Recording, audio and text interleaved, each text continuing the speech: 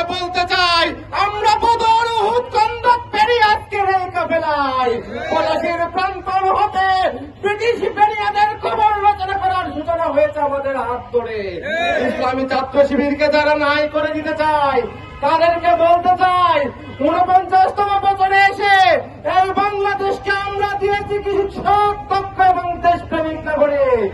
সরকারি দপ্তরে, যেই সরকারি দপ্তরে ঘোষের লেনদেন হয় না, খোঁজ দিয়ে দেখুন তিনি ছাত্র শিবিরের জনশক্তি। আপনারা খোঁজ দিয়ে দেখুন যেই ডাক্তারের হাতে তার রোগী টাকার জন্য জিম্মি থাকে না, তিনি ছাত্র শিবিরের জনশক্তি। সিন্ধুর এই উপত্যকাকে আমরা আমাদের জীবন দিয়ে ভালোবেসেছি। এই উপমহাদেশে আমাদের ইতিহাস রক্তে রঞ্জিত শাহাদাতের ইতিহাস। রাজওয়ায়ে হিন্দের সম্ভাবনাময় এই জমিনে আমাদের পূর্বসূরীদের ইতিহাস, শহীদ কুতুবের ইতিহাস, কানজাহানের ইতিহাস, আমাদের ইতিহাস, আল্লামা দেলোয়ার হোসেন সাইদের ইতিহাস। আমাদের ইতিহাস এই জমিনকে আঁকড়ে ধরে শাহাদাতের ইতিহাস, লক্ষণ সেনদের ইতিহাস, পালিয়ে যাওয়ার ইতিহাস।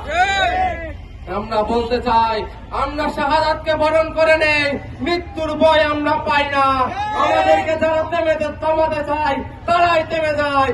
ছাত্র শিবিরকে নিষিদ্ধ করে একটা গোষ্ঠী বাংলাদেশ থেকে অস্তিত্ব বিলীন করেছে।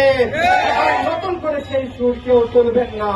যারা আগামী সুন্দর বাংলাদেশ গড়তে চান, ছাত্র শিবিরকে বেঁধে রেখে স্বপ্নের বাংলাদেশ গড়া সম্ভব নয়।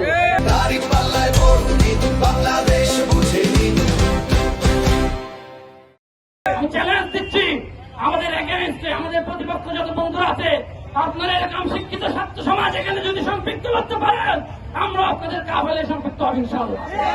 কিন্তু আপনারা যদি না পারেন, ওরা একটু আহ্বান জানাবো, আসুন সামিল হন, ন্যায় ও ইনসাফের দেশ করার জন্য আপনারা এই যুদ্ধে সামিল হন ইনশাআল্লাহ।